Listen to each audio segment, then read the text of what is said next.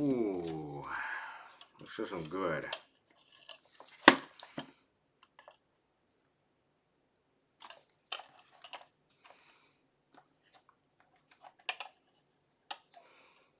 Look, I need new batteries.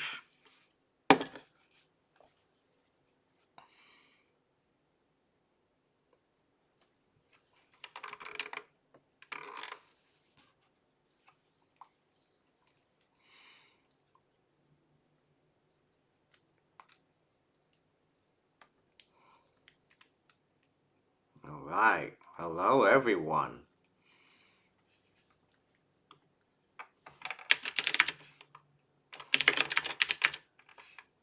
No, I don't want the ZAM.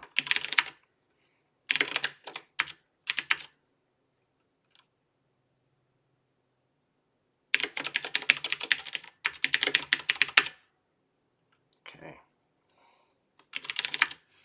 And we'll be on soon. 429. All ready to go.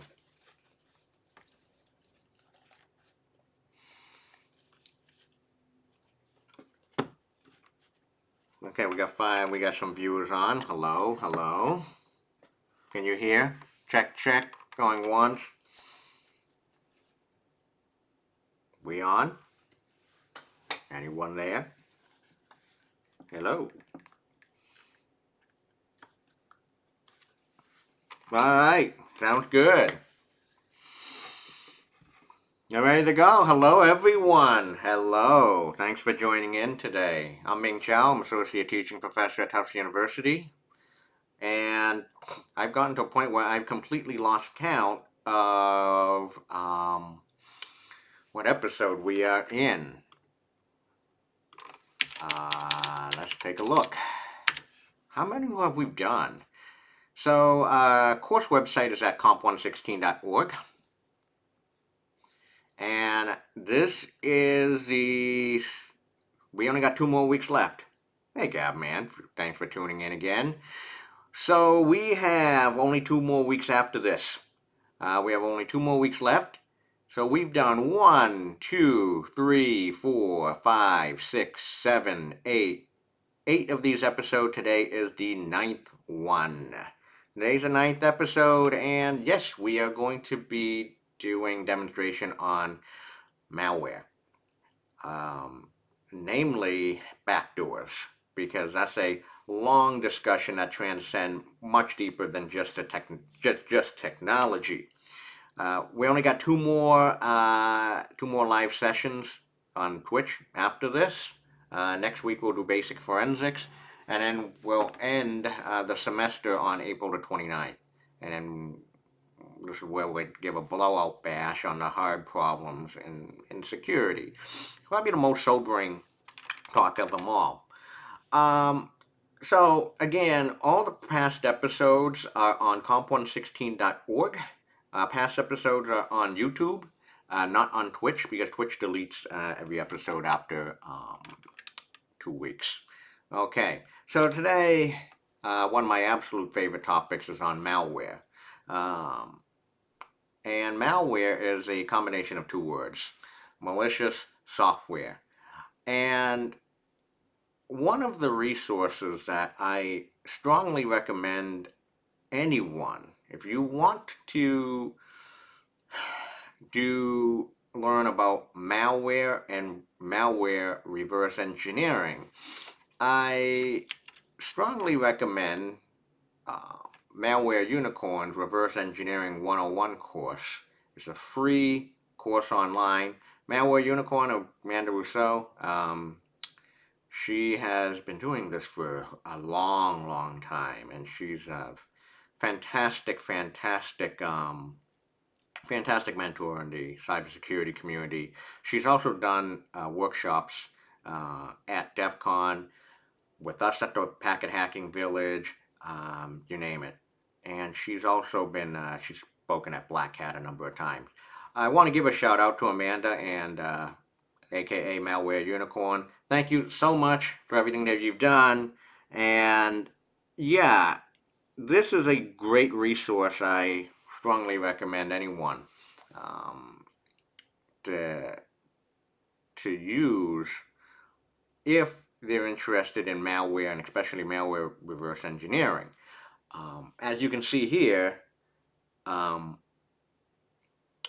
a lot of the terminologies should come familiar. For example, this course will conclude by participants performing hands-on malware analysis that consists of triage, static, and dynamic analysis. Static analysis was a topic of last week's, of my Twitch session last week. What you'll learn, and she has a malware analysis environment. She talks about disassemblers, virtual machines. She even provides all the virtual machines for you in the environment setup. Analysis flow for malware analysis, static, dynamic, manual debugging, environment setup. Yep, she uses virtual machine, which we have used in this whole course. This environment that necessary for Reverse Engineering 101 has two VMs, a victim and a sniffer virtual machine. Then she even gives a demonstration of an anatomy of a Windows portable execution C program. There we go.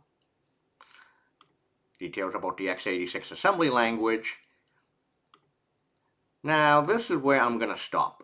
And one of the things that's extremely important when it comes to malware and understanding malware is terminology. She starts off with the attack flow. Topics like reconnaissance, we did that like many weeks ago when we did Nmap. Exploitation, infiltration. And malware has a number of different classes, a number of different types of malware out there. You may have seen the term, I'm sure you've seen the term virus, worms, Trojan horses, and they all have different definitions. You got to be very, very careful about definition. A virus is code that propagates across system with user intervention, while a worm self-propagates without any requiring any user intervention, using techniques like scanning, packet cracking, password cracking, taking advantage of buffer overflows. That's how a worm spreads automatically. Trojan is malware that is often disguised as legitimate software. And it's important to actually know these terminologies, as you'll see a little bit later. Yep. Yeah, and password. Yeah, it's one of those things. I'm going a little bit slow today. Yep. Packet cracking and password sniffing. Password sniffing is a real thing. But today, the one piece of malware that we're going to focus on is a backdoor. A backdoor, and I'm just going to read it off, enables a remote attacker to have access to or send command to a compromised computer. Now, I would like to make an argument that a backdoor is maybe one of the most deadliest and the most controversial one of them all in terms of all the malware classes. Because a backdoor not only enables a remote attacker to send any type of command to a compromised computer, but it also completely bypasses any security mechanism, including authentication, and any cryptography that's being used. That's how bad it is. Also, in terms of a global matter, I'm sure a lot of you have heard of the topic backdoor quite a lot in the news, like cryptographic backdoors for government agencies and law enforcement to do things. Okay? And what I'm going to do now is, we need to understand how deadly a backdoor is and how it works. And to do that, we're going to do a demonstration. We're going to do a demonstration of a real backdoor malware on Windows. So here is my environment that we're going to use. So first, I have two VMs running on my network at home. So one virtual machine is a straight Kali VM. It's a straight Kali Linux virtual machine. Now, one of the things I have in this Kali Linux virtual machine is not only a whole bunch of tools, but also I have a collection of malware. And a lot of these malware were taken off of, there are many, you can download malware samples on GitHub. They're all over GitHub for for security analysis, learning, the list goes on. So I get a lot of my malware samples on GitHub. So here's the Kali Linux virtual machine. The other virtual machine, and of course the quote-unquote victim and compromised virtual machine we're going to use is Windows 7. And there's a reason why we need to use Windows for this example. Just a friendly reminder that Windows is still a big catalyst of malware, largely because of its market share when it comes to personal computers and you name it. Okay, this is a Windows 7 virtual machine. Okay, so I have an attacker and I have a victim virtual machine set up on my network, and this is what we're going to use today. Now, so what kind of backdoor are we going to use? The backdoor we are going to use is a real and also well-known backdoor called Tini, T-I-N-I, Tini. What Tini is, and this website is no longer publicly available. I think it got sold. But this was a very well-known website for a long time that had a lot of tools, technologies for Windows. And for the longest time, this was the go-to page to download the piece of backdoor called Tini. So what Tini, T-I-N-I, is a very, very small backdoor for Windows, coded in assembler. It's only 3 kilobytes long, 3 kilobytes big. And it listens at port TCP 7777 and gives anyone who connects to it a remote command prompt. That's all it does. Okay? So it's small and it's also very effective as well.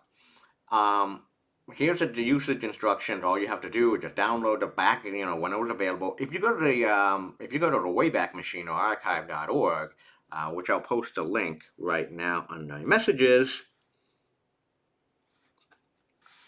okay, you can actually still download. If I'm not mistaken, can I still download? I think of it. Oh, you can go back to a previous version. You can go back to a previous version of the page.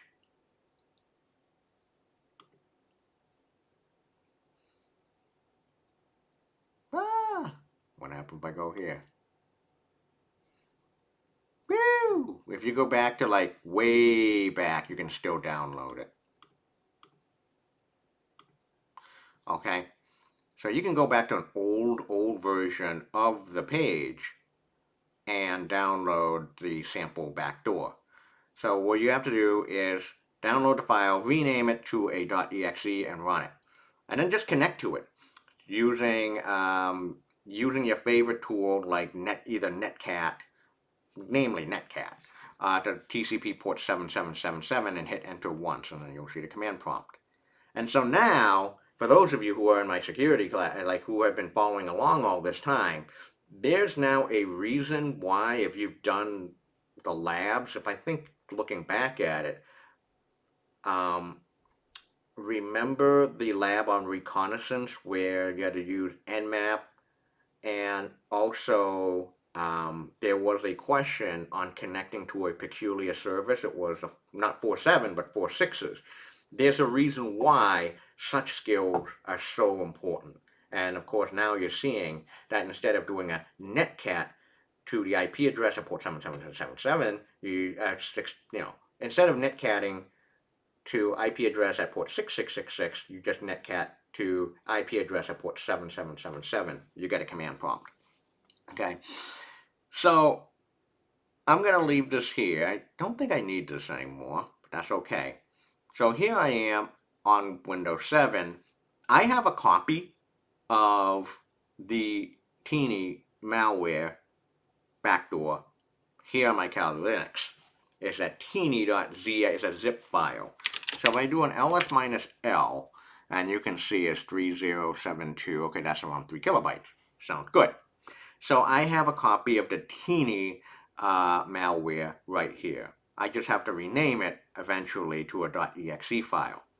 So how do we know that this is a real legitimate piece of malware? Well, one of the things that I tell everyone to do, if you're in an investigation, okay, if you're doing an investigation, if you're in a scenario and you have a copy of a file, one of the first things that you really got to do, anyone want to chime in? Anyone, like, what do you do when you get a piece of file or a piece of evidence for analysis? Anyone want to chime in? Anyone? Here I am, I got teeny.zip here. What should I do? Okay, you can run file on, like, that's not a bad call. File teeny. Actually, that's a good call. That's a really, really good call. Run file on it and see what we got. Interesting. As you can see now, if I run file on teeny.zip, it's not a zip file. It's a portable execution 32 executable, which means it's a Win32 executable. Okay. APK tool is only for .apk files for Android binaries. Okay. Copy and save it is also not a bad idea. And here's why. The other thing that you really ought to do is, that begs the thing. If you want to copy and save it, you also need to do a checksum on the file as well too. So you can do open SSL. Let's do it. Forget that. Let's do an MD5. MD5 sum of teeny.zip. And you just calculate the MD5 checksum of teeny.zip, and here you go. B7. We're going to need this up. Oh yeah, run it as administrator, not yet. But the third thing that we're going to do, and something that I strongly recommend, and some of you have actually mentioned this already in the chat, is open up a web browser and go to VirusTotal.com.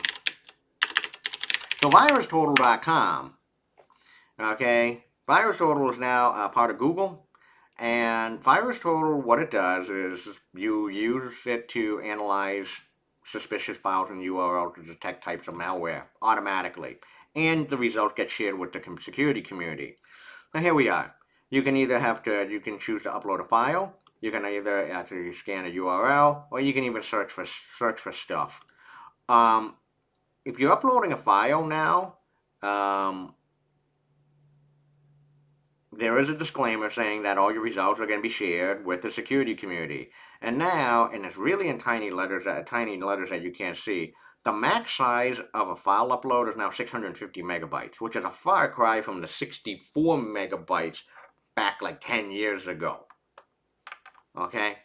So, how VirusTotal, how it works is, okay, just choose a file or drag and drop. If I add a comment to a no malware, then the hash will change. Interesting. So it's funny that you had to ask that question. Okay, what does the checksum use and why is it next? So there are a couple of comments here. What does the checksum use and why is it necessary? Well, it's funny because one of the reasons why is what happens if you are passing a piece of malware or a file and it gets tampered with. And when you do an investigation, you never ever want to see evidence tampered. And you want to make sure that when you actually have multiple investigators or multiple people on a study, yeah, you want to make sure that the file wasn't tampered with in any way, shape, or form, and so that's why you want to make sure that there is a consistent hash being used, or a consistent checksum. So that's a really good question. Why is a checksum used for, and why is it necessary? Because to preserve the integrity. Because you hopefully, like, if another person actually is working on this case, you don't want the checksum to a file or a piece of evidence to be different. If I add a comment to a known malware, wait. So for ZX03,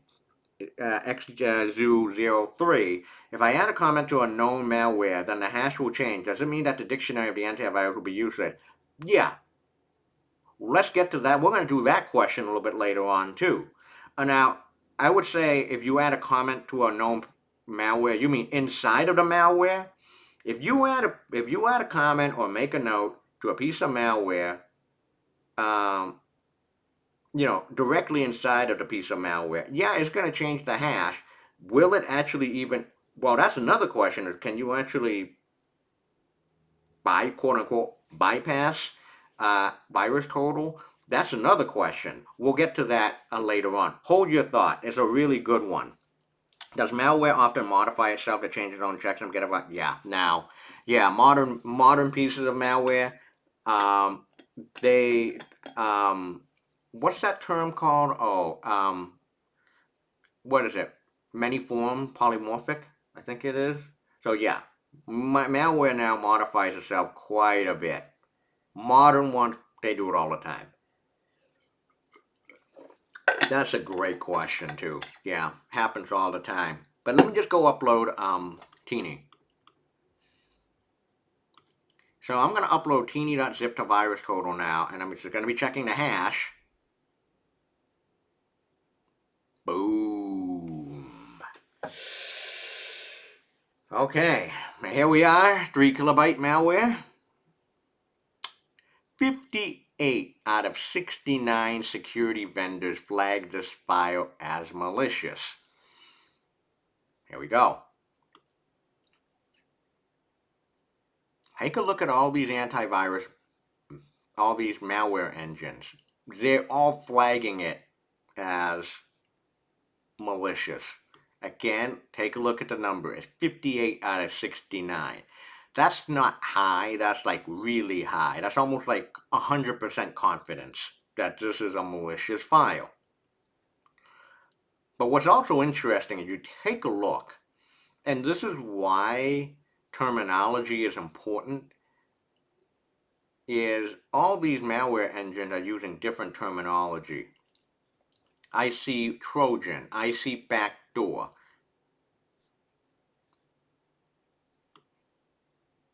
Trojan, Backdoor. Okay, so you may be wondering who didn't catch this, who didn't detect this. You may really, really question the value of that anti-malware, of the malware engine. Here are all the malware engines. This is not a good look at all for these folks. Oof.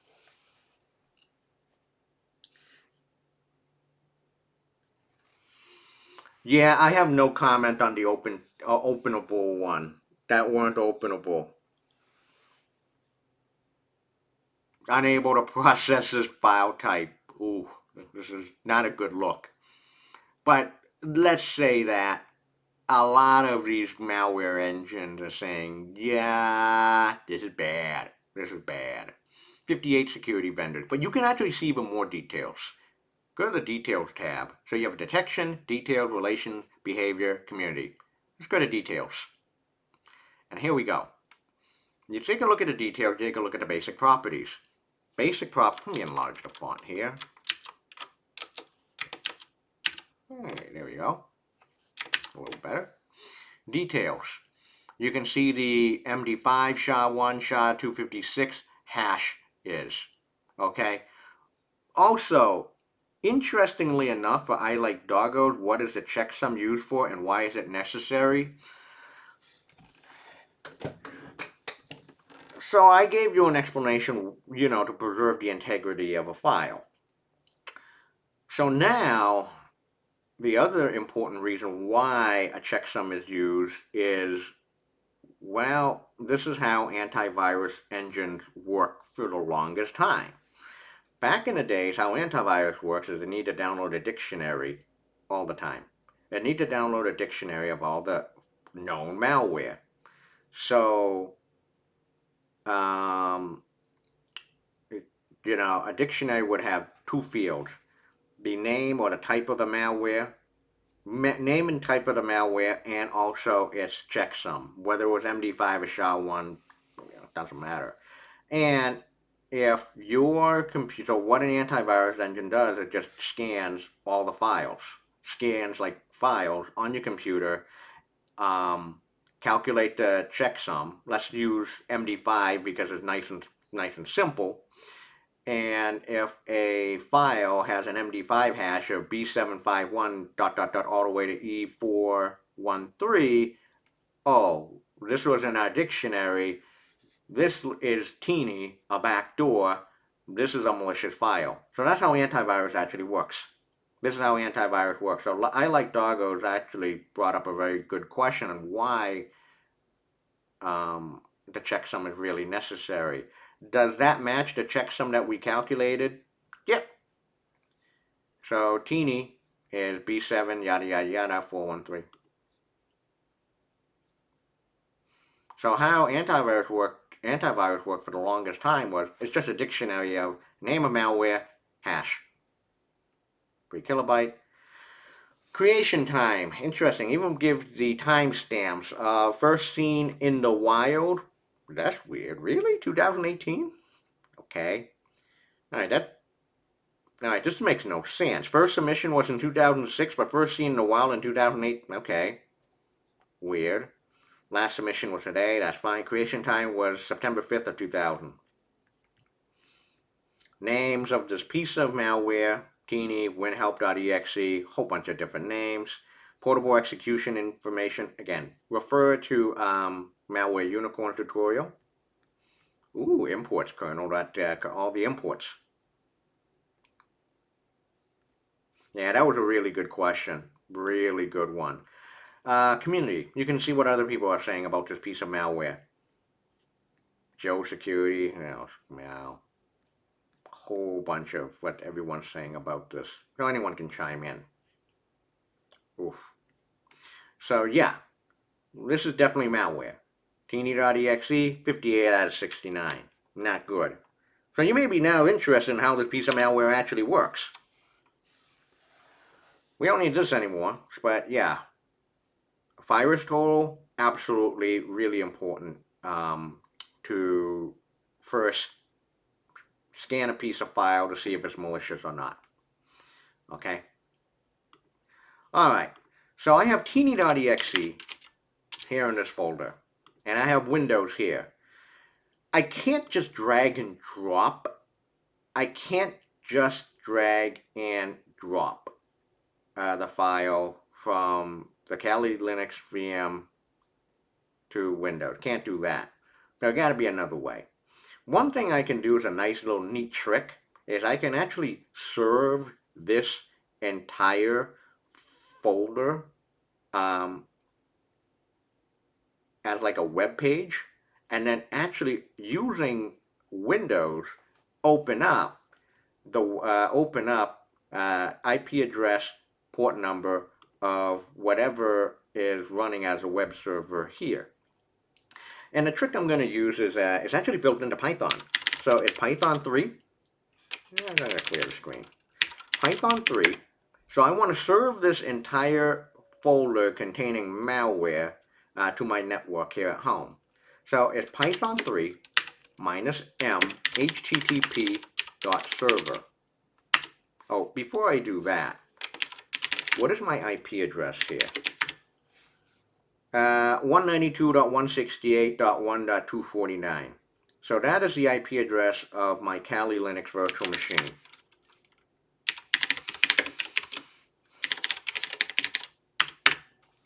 Okay, so it's serving HTTP on port 0, which is 192.168.1.249 at port 8000. So on some computer on my network here, I can just go to 192.168.1.249:8000.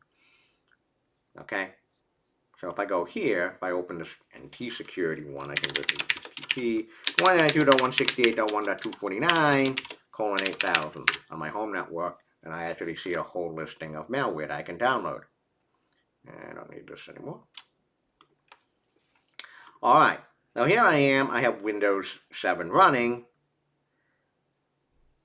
and I'm going to open up a web browser. Now, also, caveat here. Here's a strong caveat. Need to make sure that there are no antivirus or no malware engines running on the virtual machine on Windows, because any legit antivirus or anti-malware engine will flag a download as teeny as malicious. I mean, it's so well known. So we're gonna go. I'm gonna use. Oh, where's my browser on this thing? I'll use Internet Explorer 64 megabytes. Internet Explorer, hey, don't laugh. Internet Explorer is not your current browser. Would you like to make it your current browser? No, let's not do that. I'm going to open up a brand new tab here. I'm going to go to the address HTTP 192.168.1.249:8000. And you can see now, even on Windows 7, see, here's a server, here's a client, and now I'm going to download teeny.zip. Nice. Do you want to save a file? Yeah, I want to save this. I want to save this to my desktop. Ooh, this ain't good. Look at this. Potential harmful software detected. Click to review and take action. As you can see, I didn't turn my anti-malware engine or antivirus engine off. So it automatically flags. So what I'm going to do is I'm going to allow this. I'm going to apply action.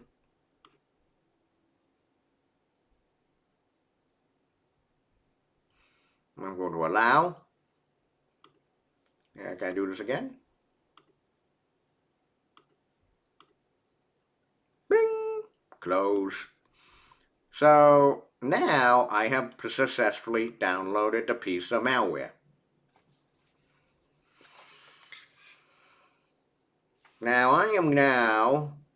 I could remember, this is a zip file. I need to actually make this into a .exe. So I just click on it and rename it to, instead of a zip file, .teeny.exe. What?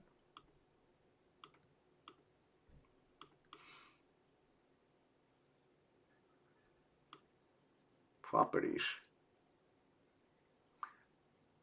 Open with Windows. What? This is teeny. No, it's not a zip file. How do I rename this whole thing? Oh, man. I think I can just put it into my downloads. Put it here.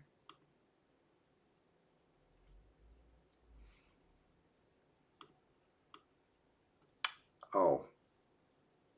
This is what I'm going to do. Can I actually see the file extension?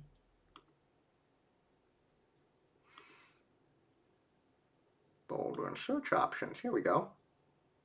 View. Show hidden file. Show thumbnails. Where can I actually show the full view?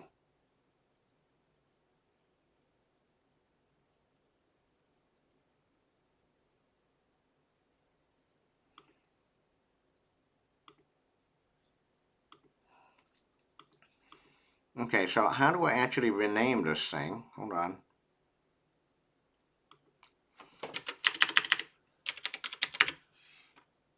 I know I can just rename this whole thing, right?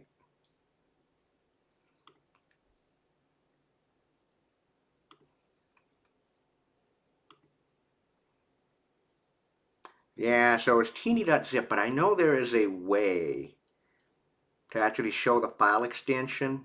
Oh man, how do I do this?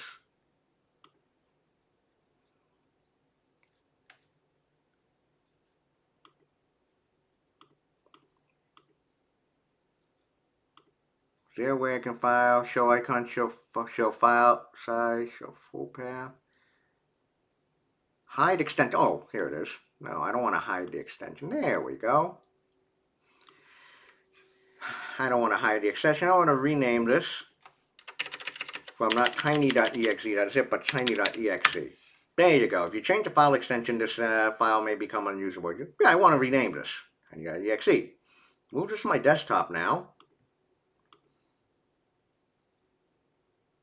Sort by name. Yeah. Really? Yeah. Here we are. Tiny.exe is an executable. So I changed it from a zip to an executable. Now let's run it. Yeah, why not?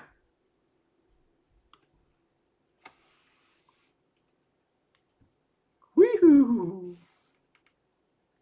That was it. It ran. Double click. So wait a minute. I want to open up cmd.exe. So what's the IP address of this Windows machine? IP config. 192.168.1.203. Okay. So again, this is the victim. Windows 7 is the victim. And now teeny.exe is running. It ran. Here I'm the attacker. Linux.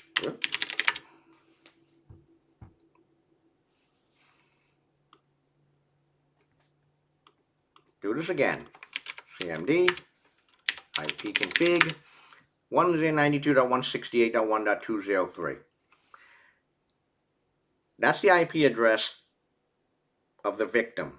Windows 7 running teeny.exe, a backdoor.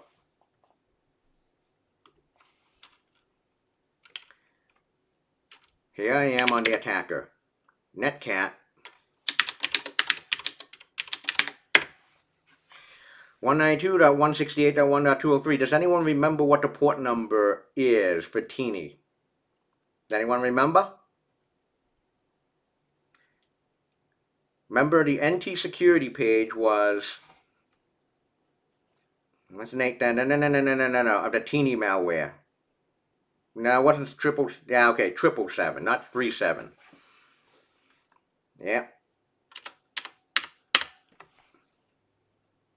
Teeny is running. This should work. You ready?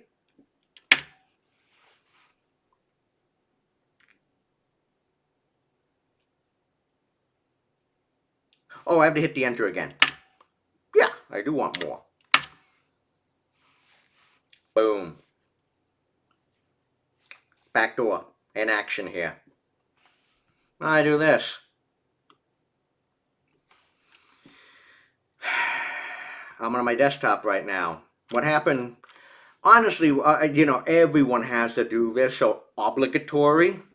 Again, obligatory. Calc.exe.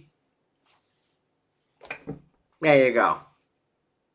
So on my attacker computer, I executed code. My attacker computer is a Kali Linux. Made a connection to the IP address at 7777, which is the port number that is opened up when you run teeny.exe. I got the command prompt, everything that was as said in the NT security site, and here I am. I just typed in calc.exe. I did what I call popping calculators. Obligatory. Just the user ran that, or unless it's admin. What?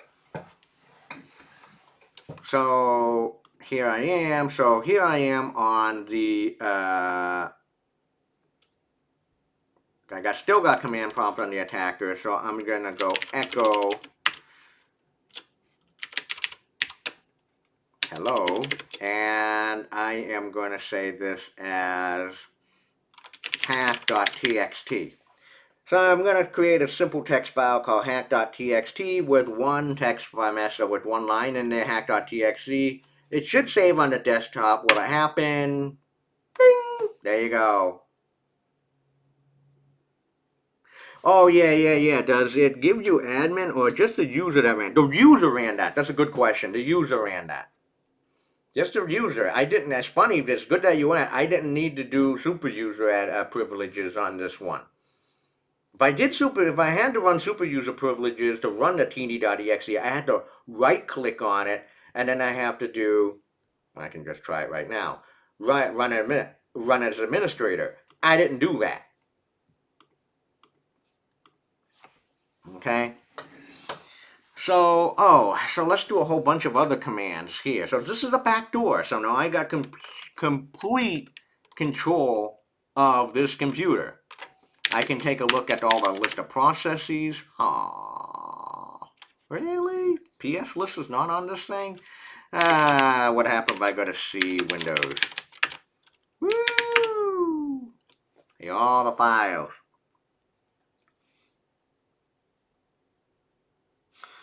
Oh, God. How do you get the password file? Oh, God. I remember that question.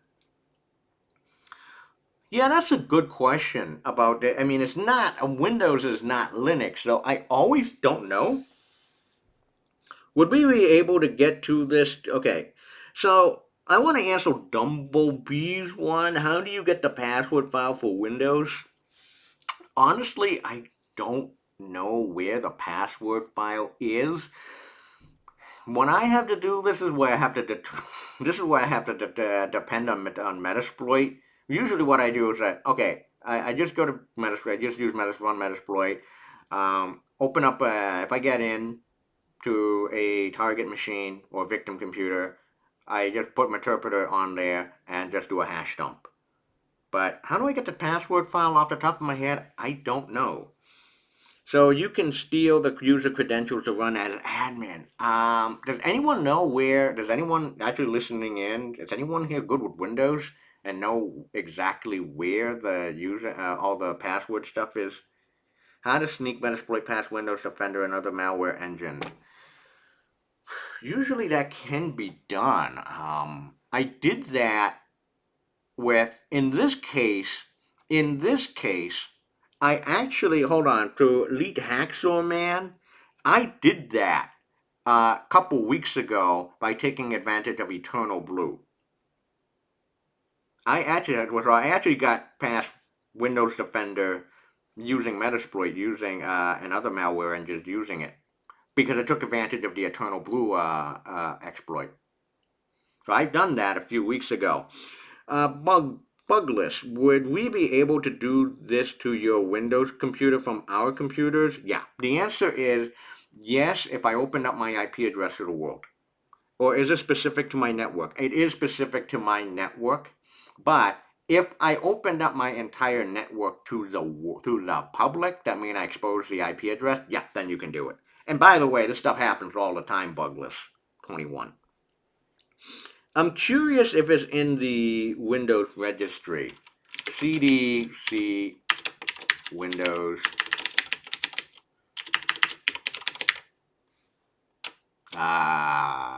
System 32.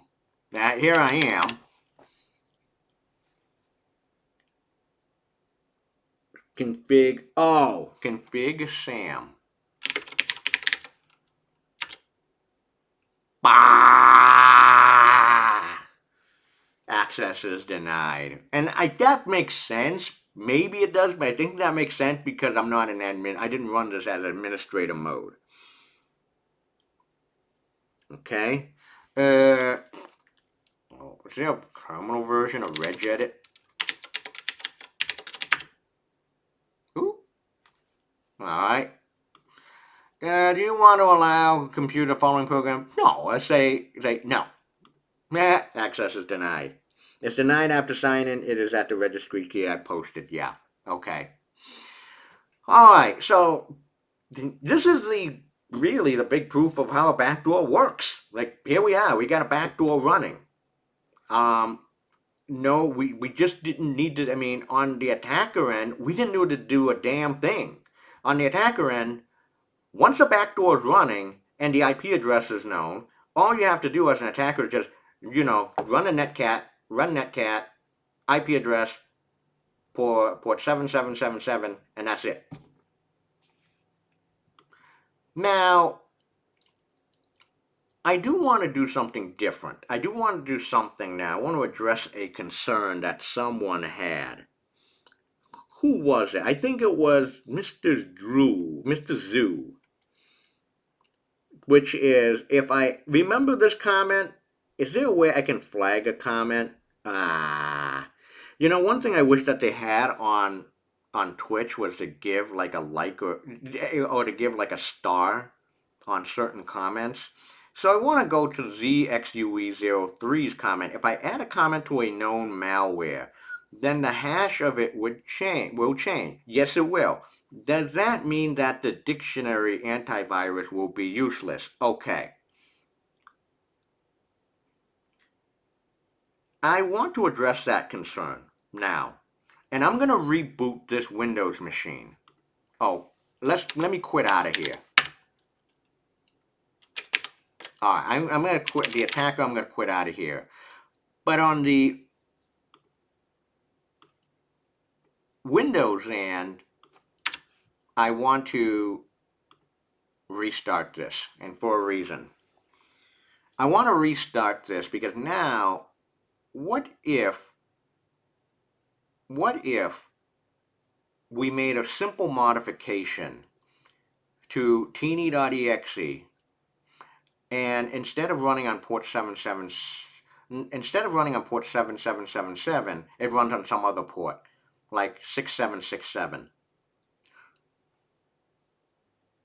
So, first thing is, change Teeny's behavior from opening on port 7777 to port 6767. Something else that's not 7777. So that's the first thing that we're going to do. The second thing is, will VirusTotal slip up? So instead of like 58 or 59, it's going to be something a lot lower. A good lab for us would be to have us write our own backdoor program. There's a great article on that. You know what? You know my email address is mchow@cs.tufts.edu. There was a great article. Let me see if I can find it. Actually, I can maybe find it here. There was a great article on this. Here it is. Found it.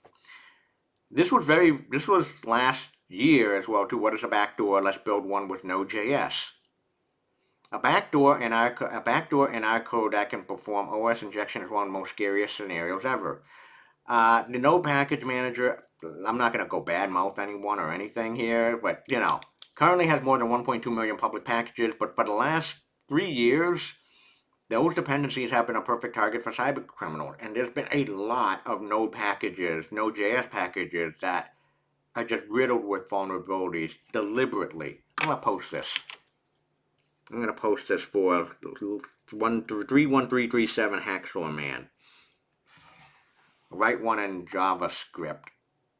Alright, and so here's a supplemental article is, in the world of cybersecurity, a backdoor refers to any method by which authorized and unauthorized users are able to get around normal security measures and gain high-level user access, aka root access on a computer system, network, or software application. Once they're in, cybercriminals can use a backdoor to steal personal information, financial aid, and other additional malware hijack devices.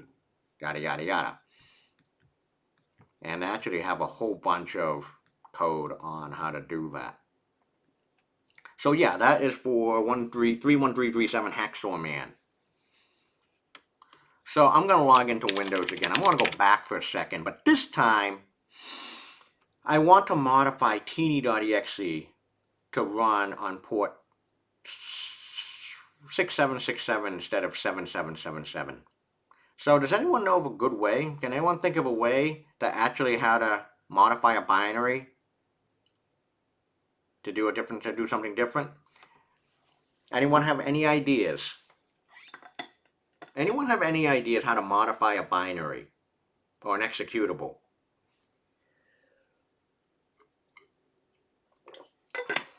Alright, the Gabman mentioned something called a hex editor. What's a hex editor? Okay, yeah, it is janky, but it can be done.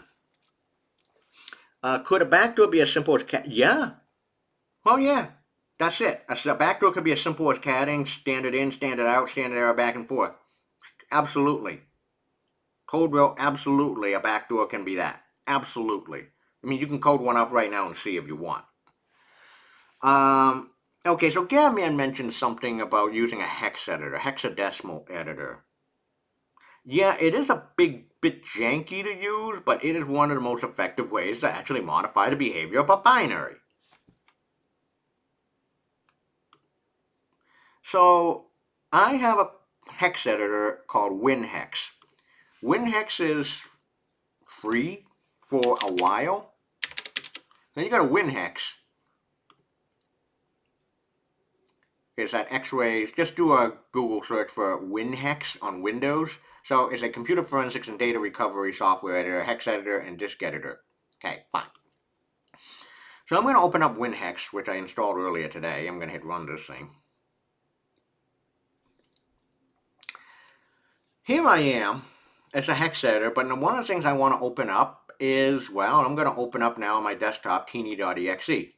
Here it is. Here is a teeny.exe binary in the entire binary, loaded in a hex editor. As you can see, here's your hex. Remember, it was coded up in assembly, so it should be nice and simple to understand. Any text, yada, yada, yada. cmd.exe. Oh, interesting. All right. So here is a pretty short. It's a pretty short program. But HXD is very good. Alright, so I need some help here. Can anyone here, what is 7777 in hexadecimal, from hexadecimal to decimal? Because one of the things that we need to find in this binary, because of the teeny.exe, because it opens up port at 7777. So we need to find in hexadecimal, is there an evidence, is there something called is there a binary, is there decimal 7777 and hexadecimal on the screen? Does anyone know? What is 7777 from decimal to hexadecimal? Alright, 1E61. I'm taking your word for it. 1E61 is the hexadecimal equivalent of 7777. So I'm going to search, find values 1E61. Wait, 1E61. I hit enter, I'm going to hit search. Found something. Here it is. I think this should be the only evidence of 7777. So here I am, 1E61, right there. 1E61. So that is 7777 in hexadecimal. Okay. So I want to change 7777 decimal to 6767. So what is 6767 in hex from decimal to hexadecimal? What is 6767? Decimal to hexadecimal. 1A6F. Okay, let's do that. I'm going to change 1E61 to be 1A6F.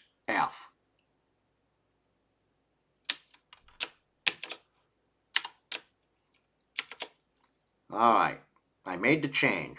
So now teeny.exe is going to work on port 6767 instead of 7777. What I do now is I hit a save. Are you sure you want to update users devcon desktop teeny.exe? Yes, I do. I'll close it. And now I am going to run teeny.exe.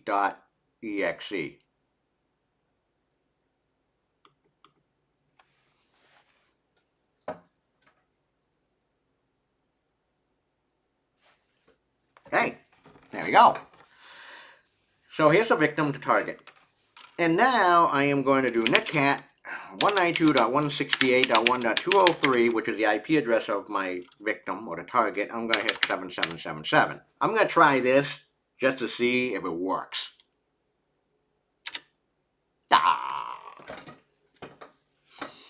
Connection refused. Okay?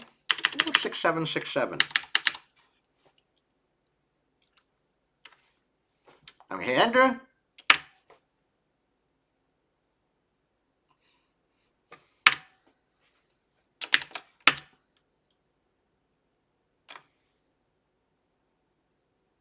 Works.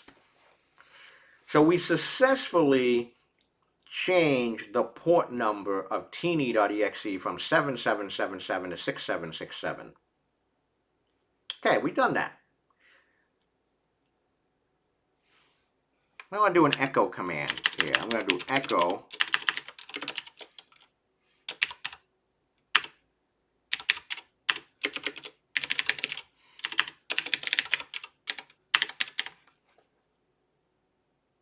So I'm going to create another text file from the attacker to the victim again. Works. Calc.exe works. All right. Now let's try it. Does VirusTotal still recognize the file? Let's do it. Now, I'm going to try it on Windows. I'm going to open up, I'll open up an old version of Chrome.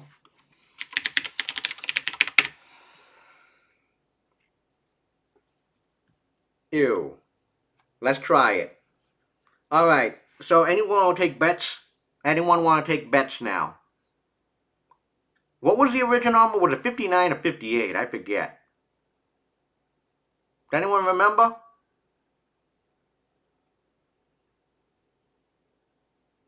Was it 59 or 58? The original teeny.exe. 58. Anyone want to put a bet? Okay, we're putting bets on right now. Let's put some bet. What do you think the number is going to be? Is it going to be 58? Let's put some numbers. Let's put a bet on. What do you think the number is going to be? 56? 38? What do you think? All right, let's literally. Okay, you say 23, 37. I say 46. I'm going to put my bet on 46. So we're playing like ugly roulette here. I'm going to say 46. I honestly don't know. I have not tried. I did not even try this.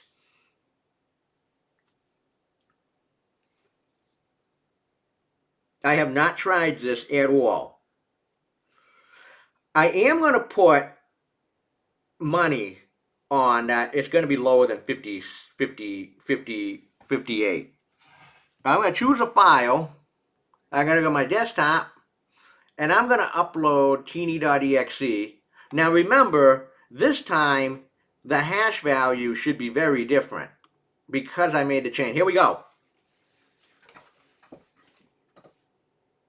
It confirmed the upload. Oh, I had to click. There we go. Well, it's not 1. All right, so it's not 10. It's not 13.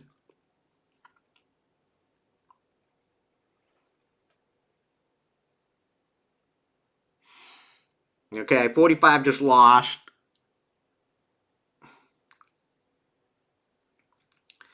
Ooh. Savan Ali, I'm not sure about this one. I mean, for secure, I don't know. That's a great...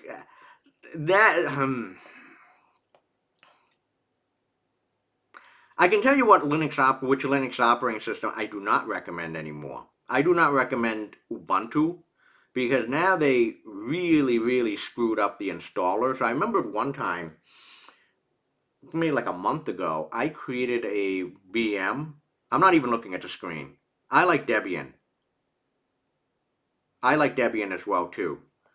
I do not recommend Ubuntu because I created a whole bunch of VMs. 46. What did I actually say? Oh, shit, I did say 46. Shit, I was right. Damn. All right. Damn, I was right on the money. I swear I didn't do this beforehand either. This is crazy. I might as well buy a lottery ticket now. Damn. I'm shocked. But I think what's more important is, what is really important is, this is real. The more important part is this.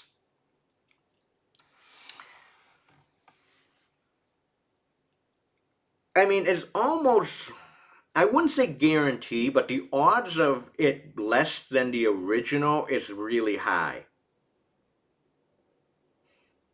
The odds are almost like really high. If you modify a piece of malware, even a simple change like a port number,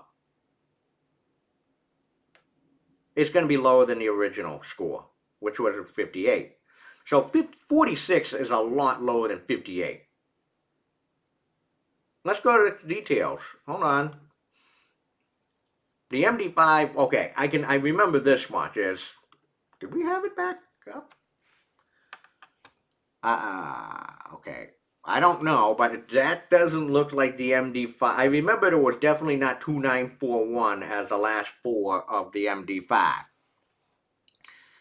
Who didn't detect it? What the hell? Shame on Malwarebytes? Okay, shame on them. Really? Oh, that's a shocker. 46 out of 68.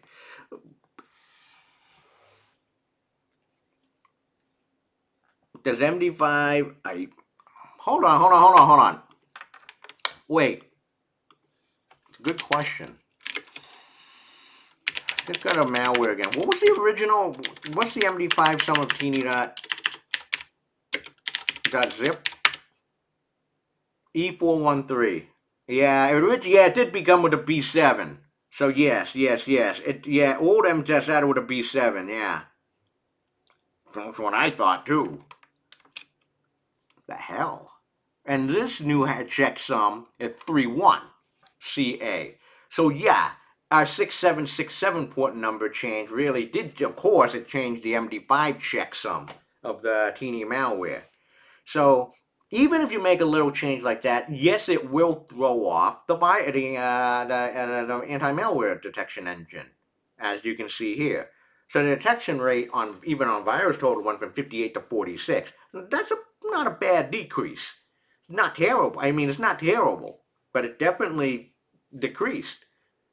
It broke through some anti-malware engines, and ultimately, this is the reason why I haven't used anti-malware since like the mid 2000s. Okay, so here we are. We made a simple change to an existing piece of malware, and we threw off VirusTotal. Okay, we did that. Does it mean they're not strictly fiction? Yeah, now a lot of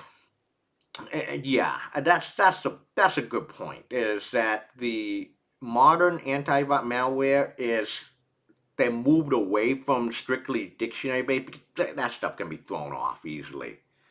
With some static analysis, yeah. Does this mean that there's not strictly dictionary based with some static analysis? And the answer is totally, absolutely. Can the victim see teeny running? Yeah, that's a good question. Ready? Oh my god. How the hell did I actually get... Alright. View running task sessions with the task manager. Here we go.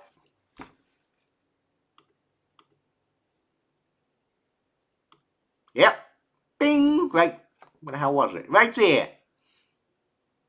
Ooh, look at that. 780K. So the answer to your question is yes.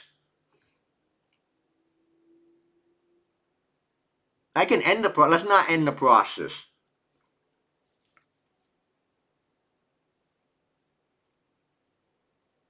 Not yet. Before we do one thing. Yeah, I can stop the process from running. I can do that. But hell, now we're here. You know what we're gonna do? Wait, can I still? Oh, no, I got another tab. Here we go. There. Wait, can I stop? You know what? Hold on. What? I'm gonna do something else.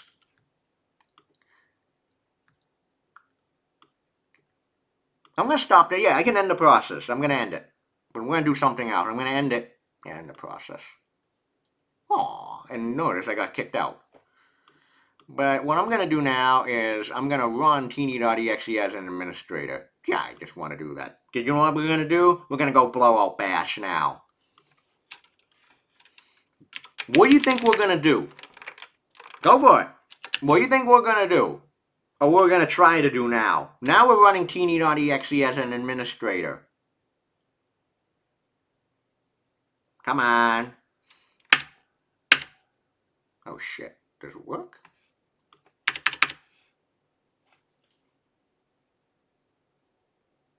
That does work right. No, we're gonna have to delete everything. Hold on. I can restart this. That was weird.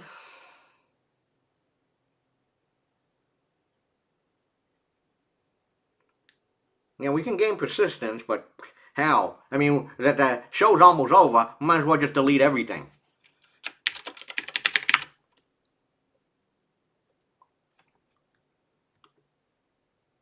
Can we? Yeah.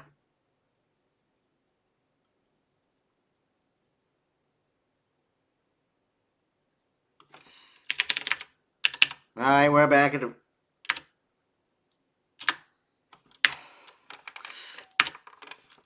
What?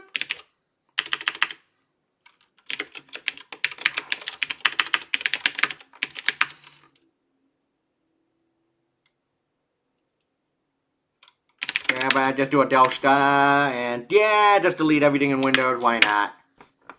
Screw it.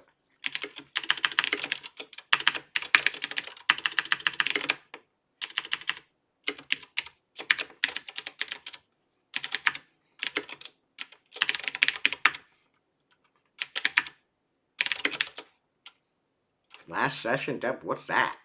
Huh, that's weird. Yeah, why not?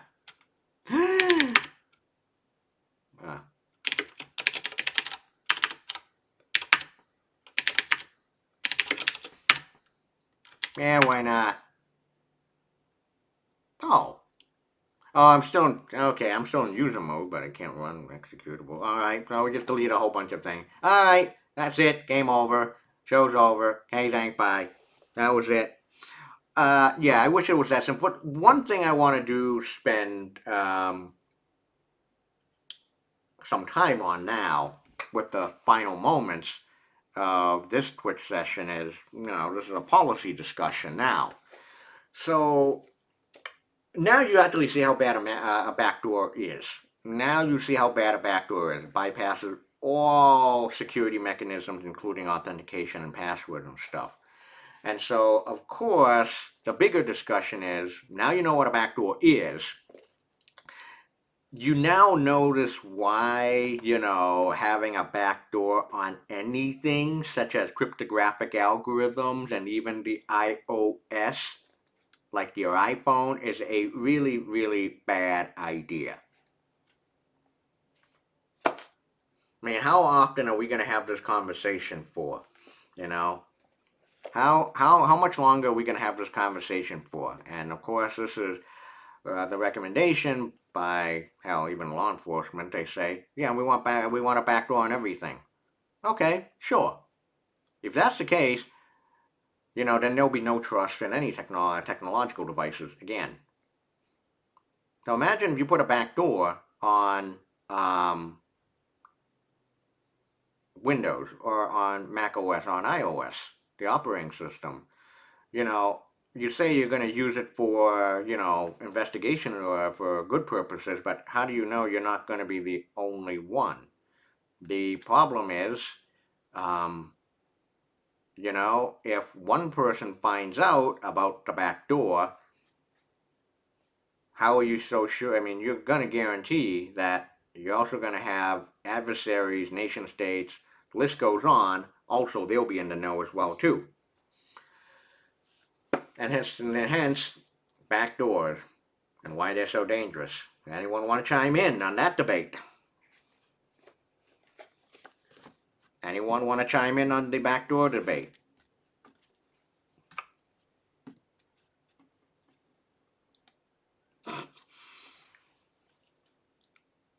Doesn't have to look at the history of, just look at the history of the NSA, the National Security Agency. A backdoor seems to would be visible the port scan. What would a stealthier one have as a trigger? And that's a good question. I mean, and we're seeing, I mean, you see backdoors all the time. I've actually never played with like a backdoor when it comes to like a BIOS or a firmware level. Cool. At any rate, I rest my case, and here's a hands-on demo of backdoors and malware. That's all I got for today. Anyone else want to chime in? Anyone want to chime in? Seeing none? Happy Thursday. Thanks for joining in.